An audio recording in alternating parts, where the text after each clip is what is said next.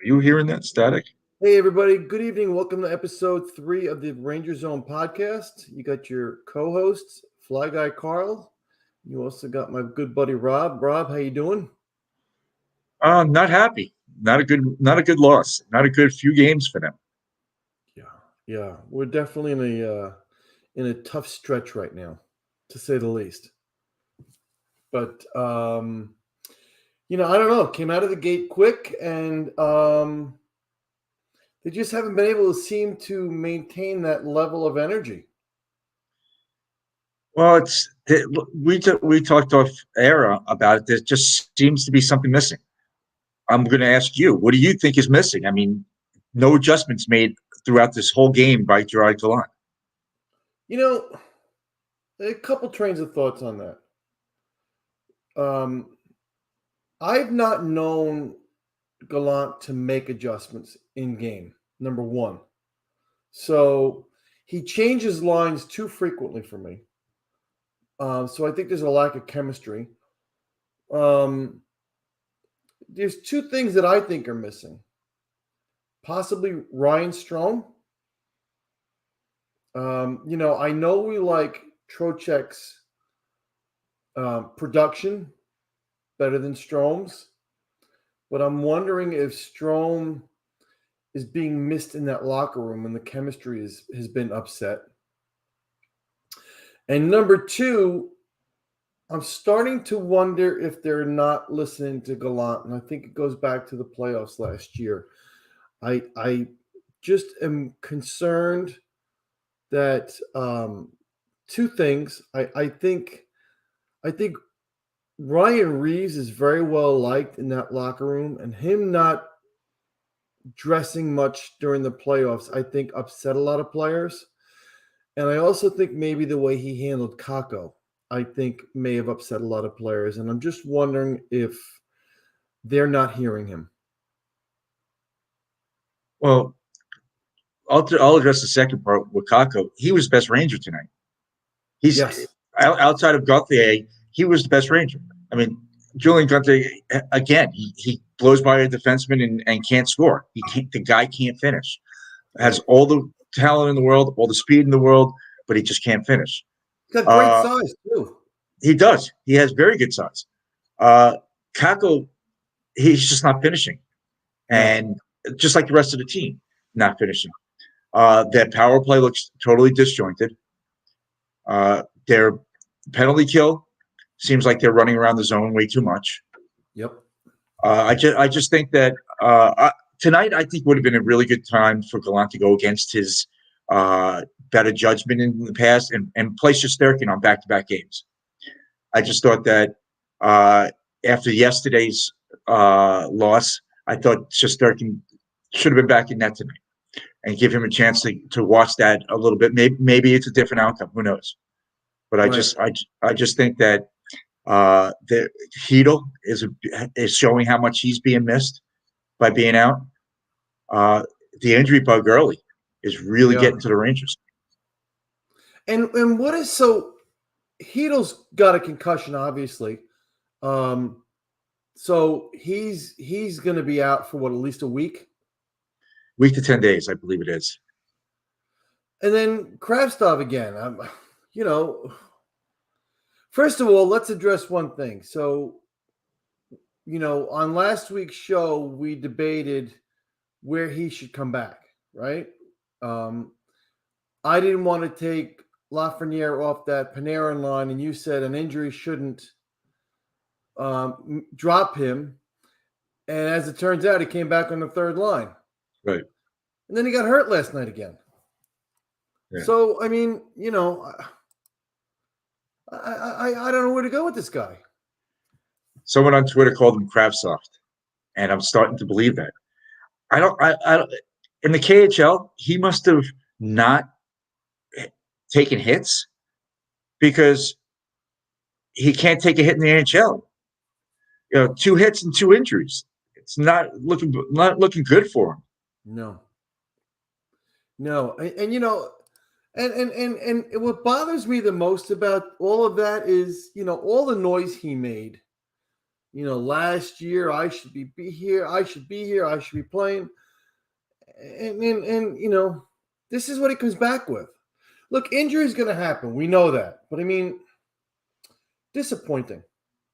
I agree. Very disappointing. So where do you want to start? Do you want to start with tonight's debacle, or do you want to go back to last week where we left off? It's an 0-5 stretch. I posted something on Twitter earlier that they were 0-4 on the game pending. 0-5 in games where they do not score first. 3-0 in games they score first. So if the Rangers score first, turn off the TV. They're going to win. Right. If the Rangers don't score first, turn off the TV. They're going to lose. They just can't come back.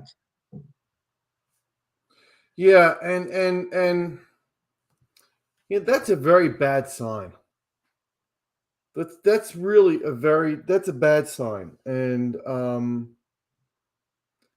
don't know what the answer is. Again, I'm having concerns that there's, for as close as that locker room was last year, I think there's disharmony in there, or something has changed there.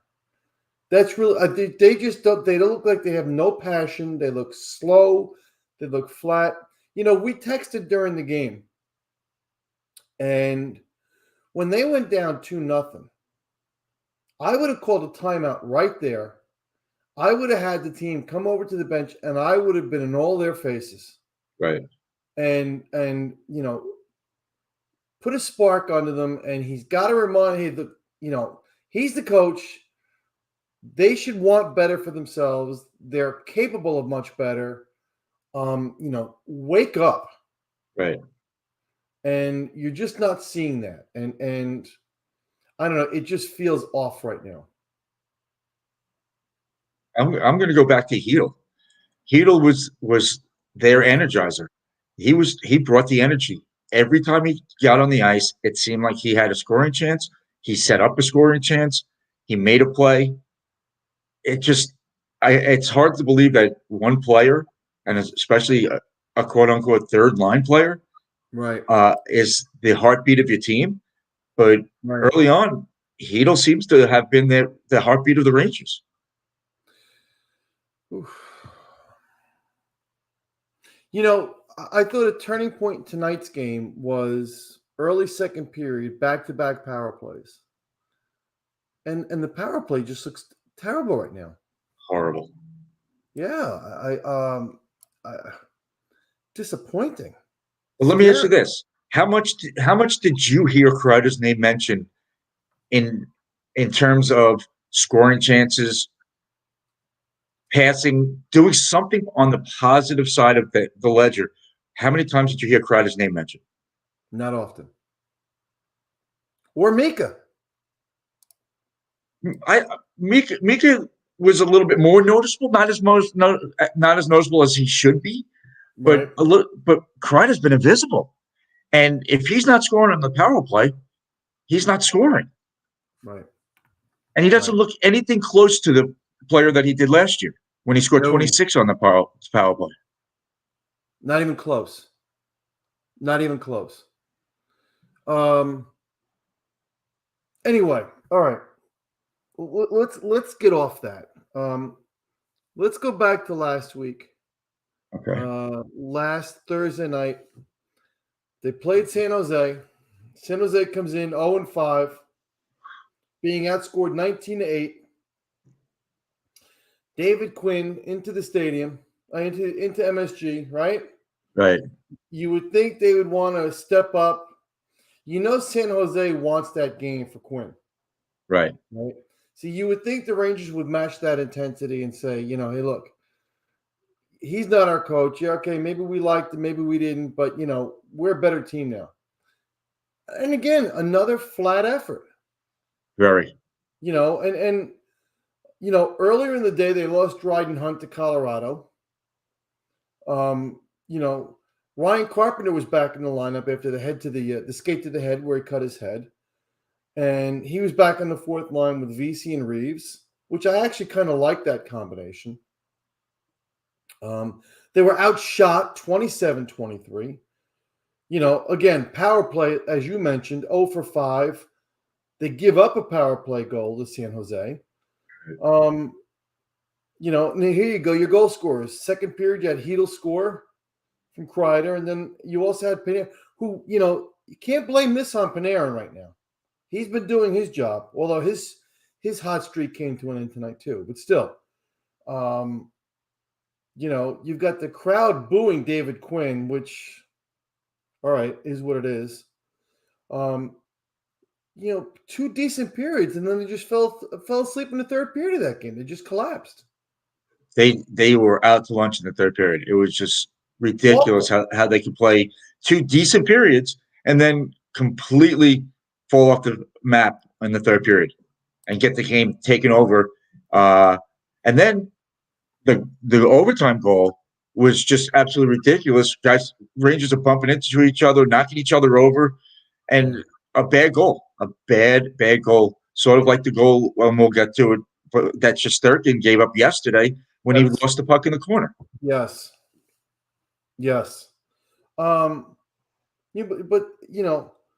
Their transitions were poor. Their passes were sloppy. All right. So Kreider hit a post in the second. Trouba hit a post in the third. Could have been, those 2 go in, and now all of a sudden you've got to win, and it's not overtime. But, this is the NHL. That happens. Right. Here is what I thought was the most telling stat from that game. 2 shots on goal in the entire third period. Oh, yeah. I mean, there's just no excuse for that. None. And again, as they exhibited, aside from opening night, they still have not played a full 60-minute game. Right. And that's carried forward. And the Sharks, give the Sharks credit. Their penalty kill is 20 for 20. So it was the best part of that game. Their record, right? But yeah. Boy, that's a very telling stat. What have you got from that game? Well, we touched on it. 2 good periods, and then they fall asleep at the wheel in the third period. They look totally disinterested in that third period. They took that into the overtime period, and they just fell asleep. And it just, you can't lose. You can't continue to play down and expect to play up to the teams like they did last year. Last year they played down to their competition, played up to their competition. It didn't matter if they were outshot or outshot the opponent. They got stellar goaltending. They are not getting the same kind of goaltending that they got last year early on.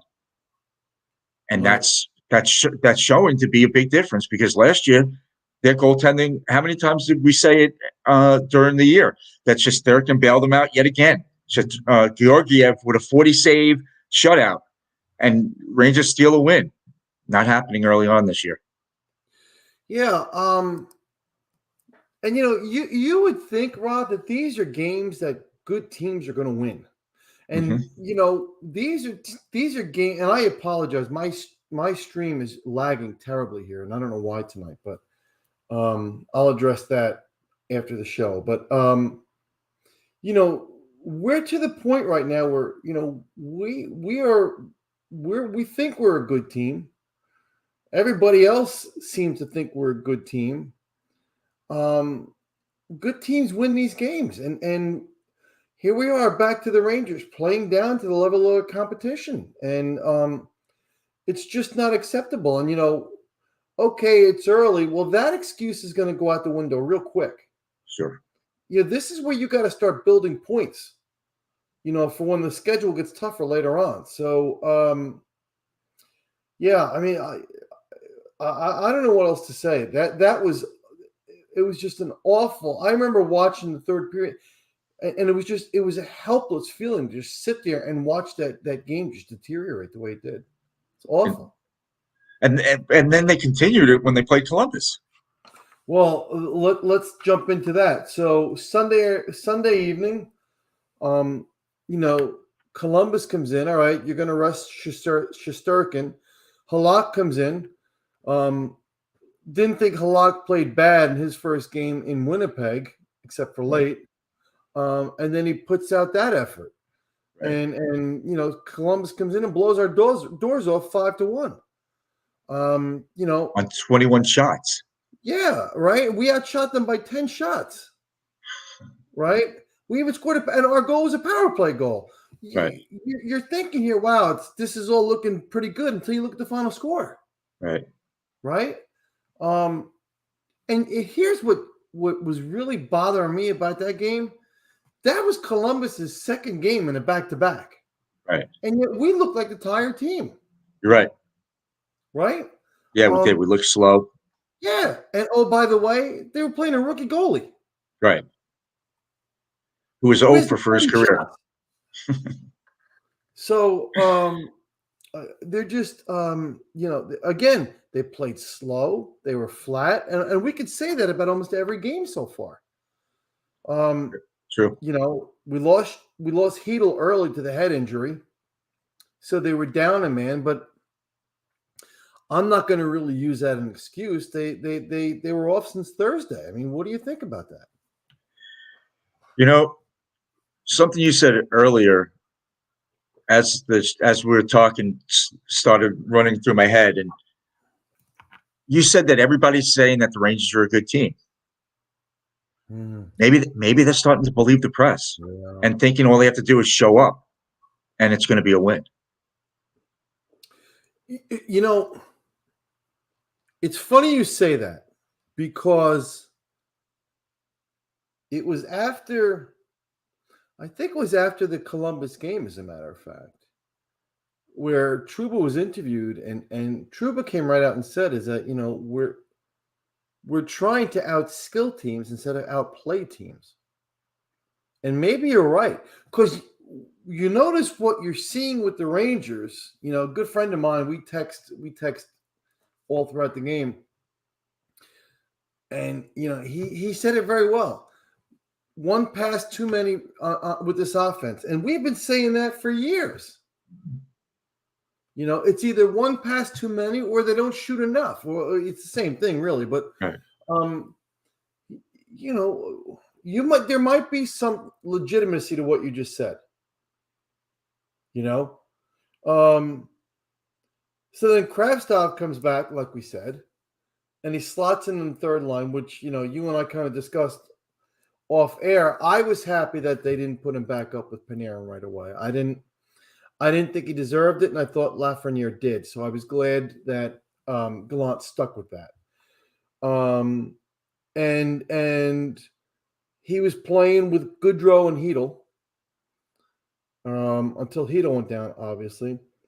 Vesey was a healthy scratch, and I actually was surprised by that because I think Vesey's been so far. I think he's been pretty good.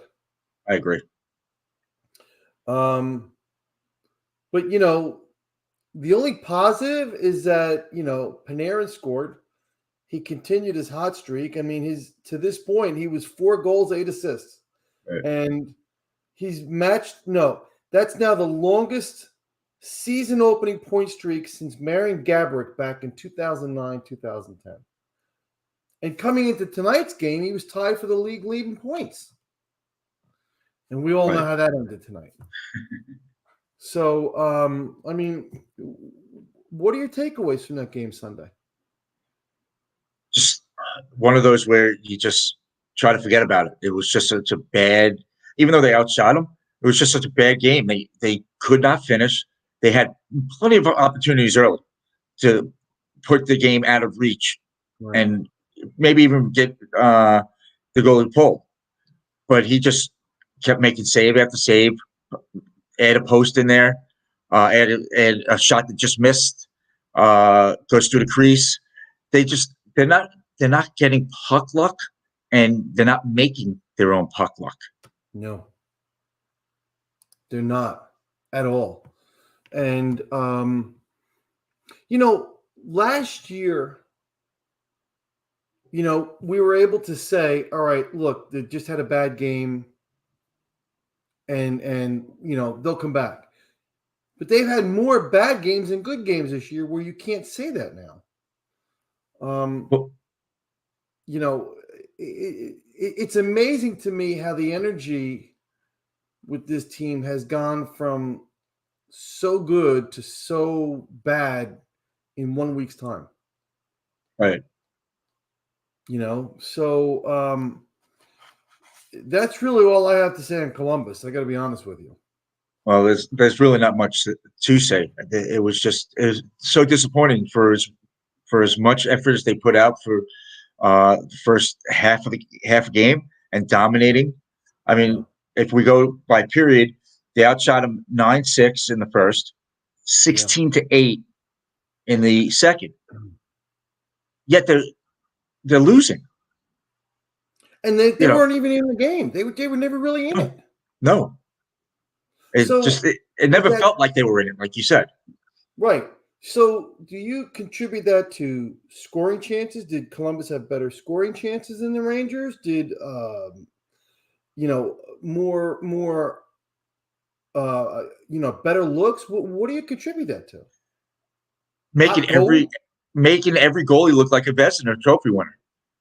I mean, look, when they played Winnipeg, Hellebuck stood on his head. The only goalie that they really didn't make look good was Fleury. Yes. If you look at all the goalies tonight, they made Sorokin look good. Last night they made Georgiev look better than he played for the Rangers. Oh. Tanaso was the goalie, I believe, for Columbus. Then you had Reimer for San Jose. I mean, every goalie stepped up their play. And the other thing is, remember, last year, nobody had expectations for the Rangers. Right. Everybody was happy with the way the season was going because they didn't have expectations. Going into this year, it was Stanley Cup Finals or bust. And, that's a lot of pressure to put on a young team. And it seems that right now they can't handle being a team, being the hunted instead of the hunter. Apparently not. Apparently not. And you just would have thought, I mean, there was so much excitement after the deep playoff run last year that coming into the season that, there was just no carryover of momentum. No. And again, that I go back to what's missing and what was eliminated. Well, Ryan Strome. I mean, I'm just trying to put it together. I like Strome, but I also love Trocheck's production better. I do. But, I don't know. I don't know what kind of locker room guy Trocheck is. Strome was loved. So I don't know. Maybe I'm just grasping at straws, but I'm at as much of a loss as everybody else is right now with this team. Well, if Kreider and Mika got separated via trade or whatever, and one of them wasn't on the team, I would look at how that player's playing in their absence. You can't really say Panarin's missed Strome that much as far as the production goes. He seems to be looking sharp. He's shooting the puck a little bit. Yeah. He's racking up points. He was doing that with Strome. He's doing it without Strome. Yeah. And I don't see Panarin's game dropping off to where I could say it's definitely Strome. It's just the whole makeup of the team. Look, Vatrano was a big part. Kopp was a big part. Yes. Along with Mott. So there's other guys that are missing from the locker room that helped them along that run last year. Yeah. So are they missing Strome? Possibly. I'm not going to discount that.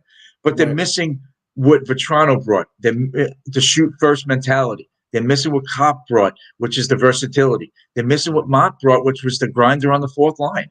Yeah. And, Carpenter doesn't seem like he brings to the table what Mott brought last year, at least so far early on. Mott brought a lot of energy to that lineup last year. He did. And you know what? I'd almost be willing to say that, okay, I liked Mott too. I really would have loved him to come back, okay? Me too. But we got Sammy Blais back, and I figured, okay, there's the energy. And he hasn't really done much. I don't know if it's still the knee. If they say in football, we've seen it with Saquon Barkley, it's a 2-year injury. You know what I mean? So I don't know. Is it that way in hockey? Possibly. Maybe he's got to trust it before he gets his energy and He's not playing that physical game we expect. His first shift of the year, he came out, hit somebody, boom, he was ready to go. Right. And where's it gone? So, but you bring up a good point. You know what? I forgot about Vetrano. And I would not be surprised if that's a big piece missing. Because he seemed to really like it here. He did. And he fit in on any line he played on. Yes. Look, we're not the only playoff team from last year having problems right now. Have you seen the Florida Panthers? They're not even close to the President Trophy winning team last year. Wow. Well, we got our own problems. So let's go to last night's game.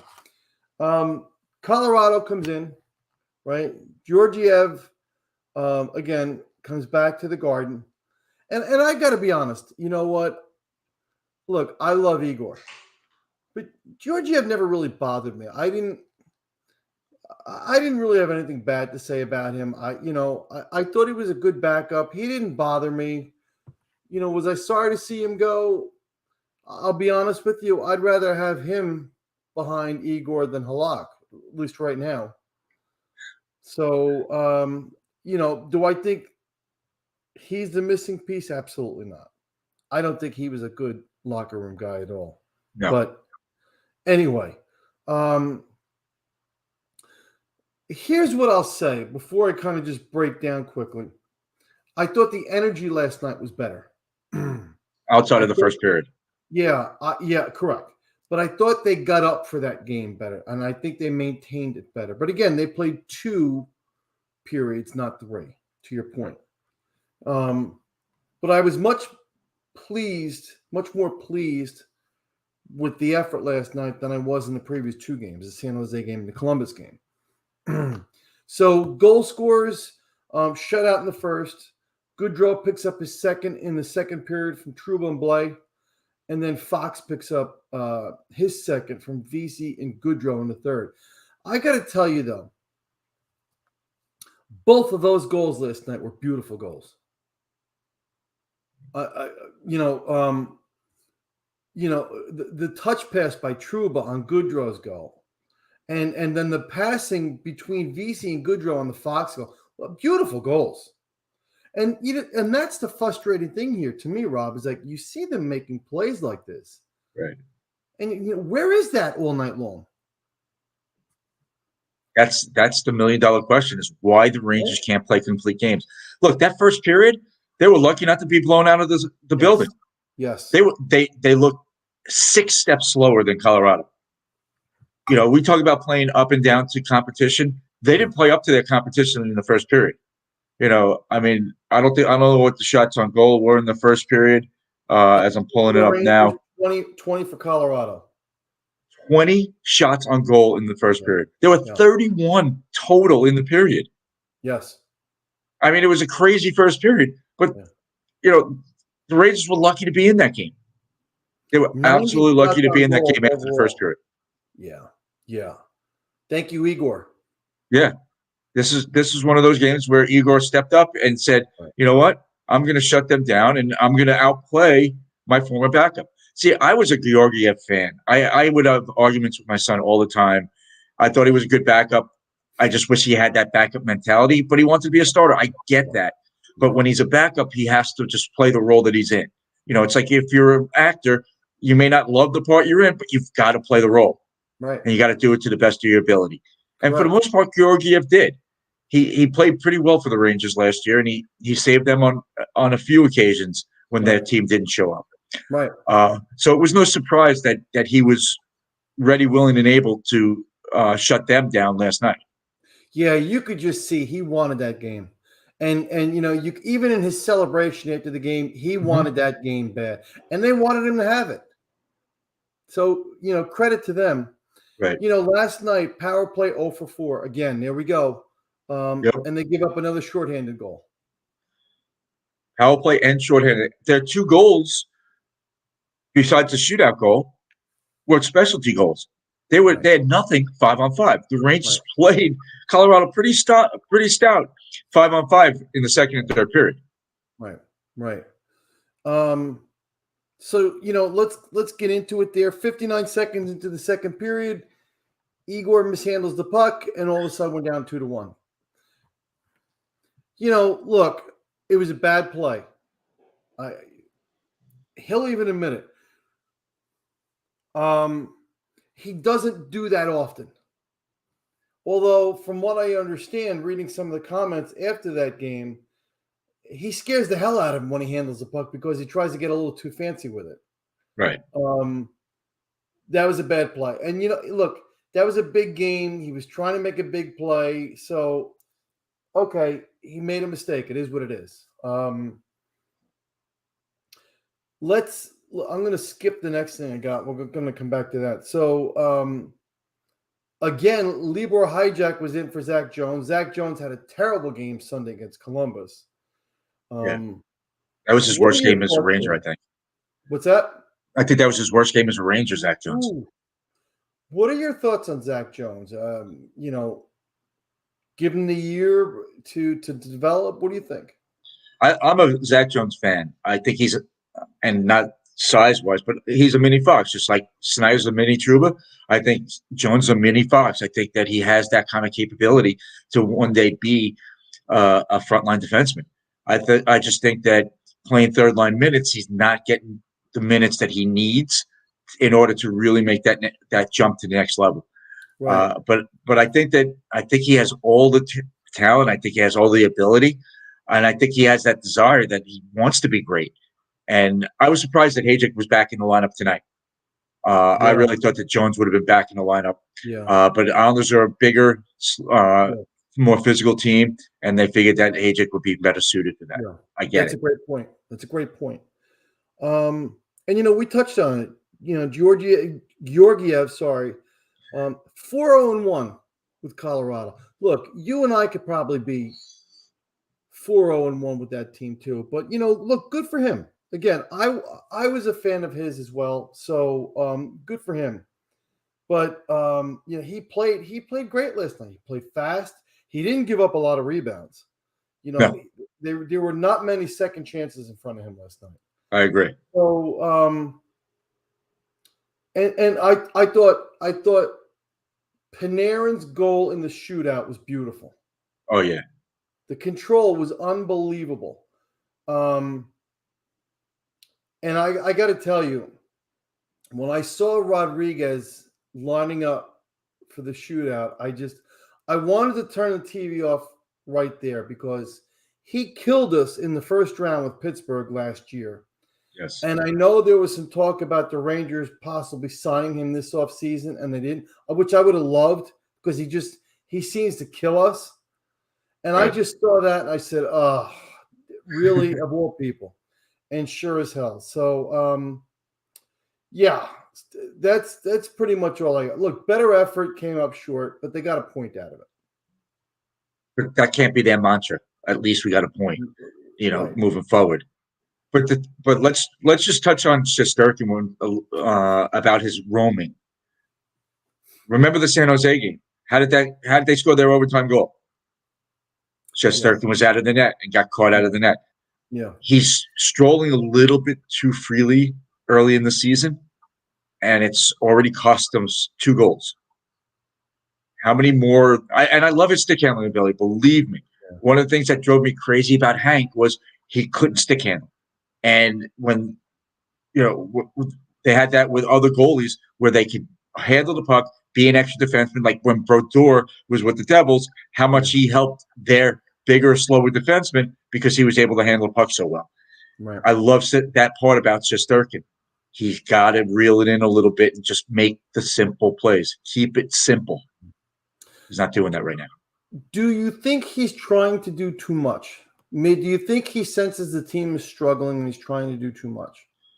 I don't know if he's doing too much because he's doing the same thing he did last year. He started a lot of breakaways last year. Look, in the playoffs, he set up that goal by Mika off the feed from Kreider, right? Off the shot from Kreider. So I like that game, a part of his game. He just needs to reel it in. He just doesn't need to do it every time. He doesn't need to make the full length pass. He doesn't need to handle the puck every time. There was no reason for him to try to handle that puck. If he would have let it go into the corner, so Compher gets a puck in the corner. instead of having a guy in front right away to pass to, he would have had to maybe circle the net. His play would have been doesn't get the different. open shot and win the game. He would the options would have been different. He just needs to chill a little bit. He needs to just let the game come to him a little bit more and not go to the game so much. Right. So before we get into next week, I want you to put your referee hat on for a minute. So let's go over that crazy goal, the crazy penalty on Lafreniere last night at the end of the first period. So, all right. So clearly we know that his stick didn't hit Makar in the face. Okay. It was clear as day. All right. It was Devin Toe's stick. Right. Explain this thing to me about only double minors can be reviewed. What is that all about? The double minors brought in if there's blood. So whenever there's blood brought in or an injury type, they could go to the replay. What surprised me was that they went to the replay. Then they told the Rangers and they told Colorado, we can't use replay to change this call. So I don't know why they did, unless they didn't know the rule themselves or they thought it was going to be a 4-minute penalty, and that's why they were checking. But they always had 2 minutes up on the board. Jones from the broadcast, I believe it was saying how they were not going to be able to use the review. It's clear. If it's a 2-minute penalty, no review. If there's blood and possible 4-minute penalty, but the 4-minute had to be called originally, and they never did. So then what they did. They basically botched it, saying, yeah, we know that it was not the stick of Lafreniere, but there's nothing we could do about it. I wish they just never went to the replay and they just put Lafreniere in the penalty box, because then they could just talk about it all night, how it was the wrong stick, but they couldn't go to review. They went to review. They saw that it wasn't Lafreniere's stick, and then they have to say, whoops, we can't change the call. Yeah. So they definitely botched the call last night. That was crazy. I mean, look, we're lucky in the sense that that power play didn't come back and bite us. Right. But still, just terrible. To your point, they looked like they combined had no idea what they should do or how they should handle that. Yeah, they looked at each other and they were just like, oh, we'll review it anyway. Yeah. I mean, there's got to be somebody upstairs, just like they talked to Toronto. Right. You saw it in tonight's game where the horn went off. Right. And I dread that, because I've yet to see a Ranger game where the Rangers scored a goal, continued to play, and then the horn sounded in their favor. It's always been against them. Right. But there should have been someone from Toronto going, hey, guys, you can't review this. Right. Somebody should have stepped in and said, you can't review this.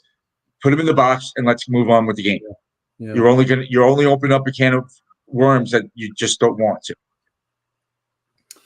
All right. So this week, Rob, and thank you for that explanation. All right. So this week, they've got Dallas, Arizona, Philadelphia, and Boston. A combined 16-9-1. Another fun week coming up for Ranger fans. So, Dallas 4-2-1, playing very well right now. What are they on top of they're on top of the Central Division in the West. Arizona is Arizona. Although I think they're better than their record indicates, to be honest with you. Well, it will be interesting because it's in Arizona, that 5,000 seat stadium that for Arizona State. Yeah. Flyers off to a nice start, 4-2 with my guy Tortorella, and Boston's just cranking right now, 6-1. Right. And those last two games are going to be tough games. Those are always tough games. Two big, tough physical teams, and boy, you add a Tortorella to that mix. Oof. I can't wait, but oof. It's Rangers' whole home week. Beginning of the season. With Quinn coming back and Georgiev coming back, and Dryden Hunt, who we didn't really mention, coming back last night. So Tortorella's just the good part is that Philly and Boston are at home, whereas Dallas and Arizona are on the road. So I like the first meeting being at home, but they're not showing that home is where the heart is and the wins are, at least not early on. No, not at all. So, very quickly looking at Dallas here, um, I mean, what Robertson leads them in points. I mean, you got a bunch of 7 point, guys with 7 points, 6 points. So they've got a very balanced attack, as from what I can see. Their goalie Jake Ottinger right now, 1.41 goals against. He's having a nice start so far. Um, Leading goal scorer is, as usual, Joe Pavelski. No, I love him. Just love him. Yeah. I think he's a great player. What are your thoughts here on Dallas? It's going to be a tough game. They're going to have to bring their A game. Dallas is a fast team. They want to play it up tempo on their home ice. That crowd gets behind that team. They love the Stars in Dallas. I really think that they need to get a lot of shots on Ottinger early. I think they need to try to take this game to them early on and try to take the crowd out of the game early. It's an afternoon affair. I'm looking forward to watching, and I think it starts at 5 o'clock Eastern time, if I'm not mistaken. 2 p.m. Eastern time. Oh, 2 p.m. Eastern. Oh, it's 11 a.m. start. Oh, You better even get up early. early Saturday. I'm going to have to. But no, I think that's going to be a good game. It's going to be a good measuring stick for the Rangers after a couple of bad games in a row. They're going to need to do something, because right now they're skating in mud, and they've got to bring their game. They've got to bring all facets of their game. One of the things that really stood out to me about is the penalty killing. Dallas is at like 88%, Rangers at about 76% on their penalty kill. Yeah. And Dallas has a pretty potent power play at 26% also. So they really need to make it a 5-on-5 game. They don't. The special teams right now are not helping the Rangers. The Rangers need to make this a 5-on-5 game. Right. Then you got Arizona. I'm starting to think here, Rob, that maybe a little bit of a road trip is what this team needs. Sometimes going on the road could galvanize the team and really, help with the chemistry. Yeah. Because chemistry is really what's lacking right now. Yeah. As we've been saying. Yeah. Again, Arizona, I'm looking at their stats right now. Shane Gottespier, 8 points. He leads the team. Clayton Keller, 7 points. You got a couple of guys with 5 and 4. So, all right. Their big goal scorer right now, again, is Gottespier with 4. He's leading the team. So, not the most potent offense.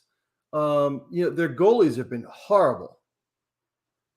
Connor Ingram, 4.02 goals against, and then Vejmelka at 4.77. Did I say that properly, by the way? I think you did. Wow. I think you did. So, this is another should-win game. Yeah, but they look at the goaltenders they faced with Columbus and with San Jose, and we thought that's the same thing. Exactly. So Arizona's going to be a scrappy team. They're going to be tough to play in. They're going to sell out that 5,000 seat arena, and it's going to be like a college atmosphere. Right. So we'll see how a pro team handles a college atmosphere. Then comes Philadelphia. And their leading point scorer is the next Ranger, Kevin Hayes. Lovely. And he just always seems to score against us too, doesn't he? Yeah. Kevin Hayes is one of the guys I was sorry they did not re-sign. I like Kevin Hayes. I didn't ever want them to see him go elsewhere. But it's funny. He's got 8 points and 1 goal. But that doesn't surprise me. He's such a nifty passer that goals are like bonus when he scores. Yeah. Leading goal scorer is Travis Konechny, 4. Rams deep, and then you got a couple guys with 2. So, their scoring is not very balanced here. So it doesn't look like they're scoring a lot of goals. which says their defense is probably playing much better than we expected. Then you've got, goalies Carter Hart right now, 1.75 goals against, so he's off to a good start. What are you seeing here? I'm seeing a very tough division matchup. I'm seeing a team that historically has given the Rangers problems, and if you don't bring your game, if you don't bring the physicality, Flyers are going to skate around you, and they're going to go through you because they lost a couple of players like Voracek, which had some grit, but Flyers always are going to bring their A game playing the Rangers. There's a reason they were historically known as the Broad Street Bullies, and they're going to try that and play a physical game against the Rangers. Yeah, they're going to try to push them around a little bit. Absolutely. And with Tortorella, that's his MO is to play a physical game and in your face style. Yeah. I mean, I love those games. Don't get me wrong. I can't wait for that game, but I'll feel better about that game if we come out of it after a win in Dallas and a win in Arizona. I'll tell you that. Well, yeah, I would definitely agree with that. The atmosphere going into the Garden, then coming off of 2 road wins, will definitely, energize the crowd. Right. And then finally next week you got Boston. And looking at their stats right away. Pasternak with 12 points, so he's off to the hot start as well. And kills the Rangers completely. Krejci has 8. Patrice Bergeron 7 points. Taylor Hall 6. So they're scoring numbers. They're putting up numbers, and they're balanced. Leading goal scorers Pasternak with 5, Bergeron and Taylor Hall with 4 each. So they're that's a very good offensive team right now. Linus Ullmark in goal, 2.01 goals against. This is going to be another big, tough physical game. Boston, that's their style. Yes. Boston is a heavy team. I don't know if Marchand's back from injury yet, so he usually adds some grit and tenacity to a game. But Boston is a tough team. They have good defense. Ullmark is playing solid. I think he has like almost a 940 save percentage. And I look at the save percentage a little bit more than the goals against, because the save percentage just talks about the quantity of shots. So it's going to be a tough game. Boston is another team that plays the Rangers tough. They have up and down the lineup. They got guys that could score. They have guys that could hit. They have guys that come to bring it every night. Right. So, and Boston, being that they're leading their division, the Atlantic Division, I believe they call it these days. It's going to be a tough game. They really need to play well on the road and take that into the Garden matches against the Flyers and the Bruins. Yeah, we'll see. I want to see the Rangers play a good road game against Dallas.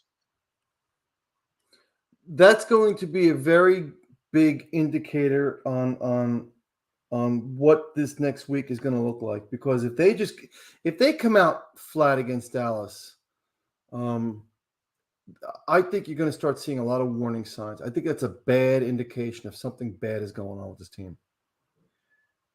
I agree. And I don't want to talk about changes, especially in coaches, but when I hear a guy like Barry Trotz say that he has no desire to coach right now, but if an original 6 team gives him a call, I don't know. Are they talking about the Leafs? With Sheldon Keefe in Toronto? I don't know who they're talking about, because it doesn't seem like Montreal's making any changes anytime soon. No, they just hired Martin St. Louis. Right. Boston's not making any changes anytime soon. No. Who am I? Detroit, no. Detroit, no. Chicago, no. So it's like, where is Trotz talking? It's either the Rangers or the Leafs, in my opinion. So then the question is it out there that Gallant might be on a little bit of a hot seat? I haven't heard anything about that. Neither did I. I haven't read anything about that. So It frustrates me that he didn't make adjustments tonight. He didn't make adjustments the last couple of nights, but you know, the players seem to respond to him. But to say, I saw on Twitter tonight asking the question, do you think he's losing the locker room? And based on some of the personnel decisions that were made, who's there, who's not, Valid question. it's definitely a valid question. Valid question. But I look at Kakko. That's the barometer and the litmus test that I look at, because he benched him. And Kakko's been the best Ranger, maybe outside of Jimmy Vesey. Yeah. Since the start of the season. Right. So he got through to Kakko, it seems. I don't know. It's going to play out for sure. Could that have been Barry Trotz just talking, putting his name in the hat, in case something does open up? Possibly. But how much of an upgrade is he over Gallant? It's almost the same style of coach. I think he's a step back, because look at the team he had with the Islanders. They were bigger, heavier, slower. That's not the team the Rangers have or want. Right. And Gallant usually likes to play an upstyle tempo game, and that's the type of team they have. They just haven't been consistent enough yet. And remember when we did our first show and we talked about getting off to a slow start? They didn't get off to a slow start. The next few games is where they're going through their slow games. And we'll see how they come out of it. We'll see how, like you said, we'll see how they play in Dallas. Because if they get blown out of the building in Dallas, you're in trouble. You're going to hear whispers, whether it's personnel changes or coaching changes. You can't avoid it. And if they don't play well against Arizona, you're definitely going to hear a lot of talk. And think about it. They don't have the money to make personnel changes. No, they don't. So interesting. Well, we should have a lot to talk about in our next show, Rob. Well, hopefully a lot of good stuff to talk about, because coming on after a loss to the Islanders sucks to begin with. It's hard. But the way they played, they deserved a better fate. I thought they did. I thought they deserved a better fate. You didn't think they played a good game. We texted back and forth. Right. They outshot them. I mean, at one time they were outshooting by 17. The Islanders put a couple of shots on late to make it look a little closer. But they have to stop making opposing goalies Vezina Trophy finals. Yeah.